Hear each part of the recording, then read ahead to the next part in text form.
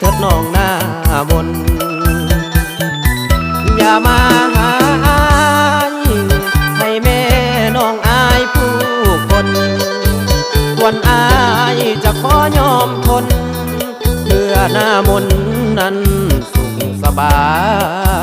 ย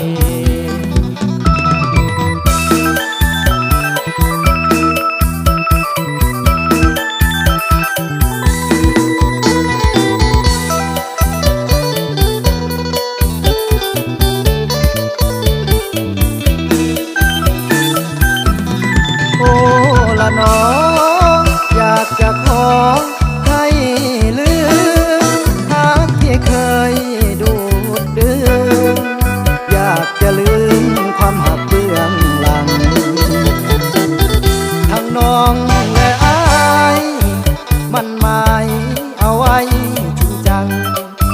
แต่ว่าพ่อแม่น้องสั่งเลยผิดหวัง